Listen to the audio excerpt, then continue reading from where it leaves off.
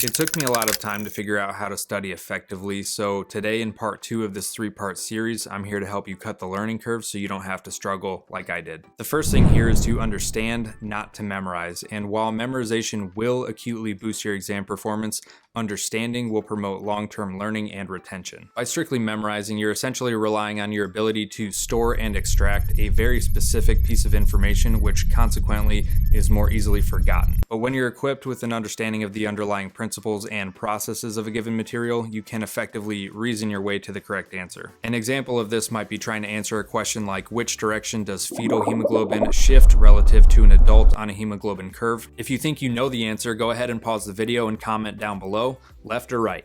Now, I could just look at the graph and memorize which direction it shifts, or I could actually work through my understanding of how fetal hemoglobin works, and knowing that a mother's hemoglobin is the fetus's only oxygen source, it would then make sense for the fetal hemoglobin to have higher oxygen binding affinity so that it can get the oxygen from the mother that it needs. And on the graph here, you can see that a leftward shift represents an increase in oxygen binding affinity, so that by working through our understanding of the material, rather than solely relying on memorization, we can correctly arrive at the conclusion that it does indeed shift to the left. If you got that answer right, great job, your baby is well oxygenated. Thing number 2 is active recall or retrieval, and this is the practice of retrieving information from your brain that has been previously stored, at least in short-term memory. As opposed to something like rereading, where you're packing information into your brain, essentially throwing everything at the wall and hoping for something to stick, the act of pulling information out of your brain reinforces the connections and facilitates the transfer of information from short-term to long-term memory. After initial review, your efforts should really be focused around trying to retrieve that information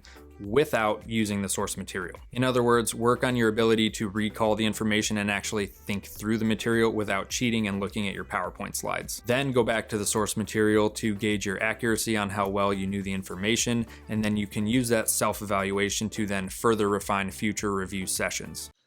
Samsonite.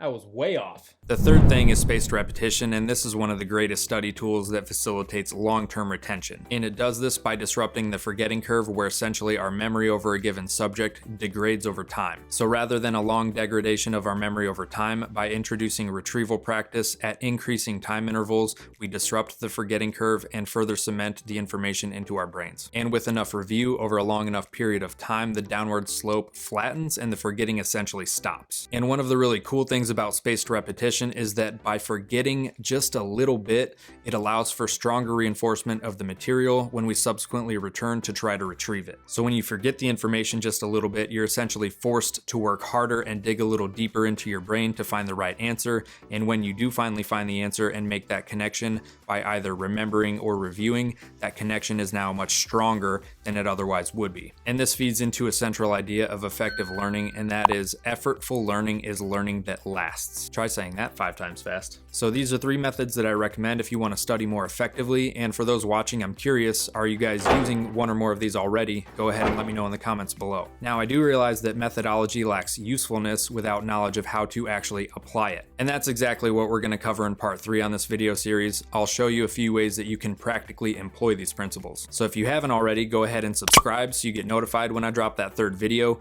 And then if you haven't, go back and watch part 1, where I talk about the things that you need to stop doing to study more effectively. Thanks for watching, and I'll see you in the next one.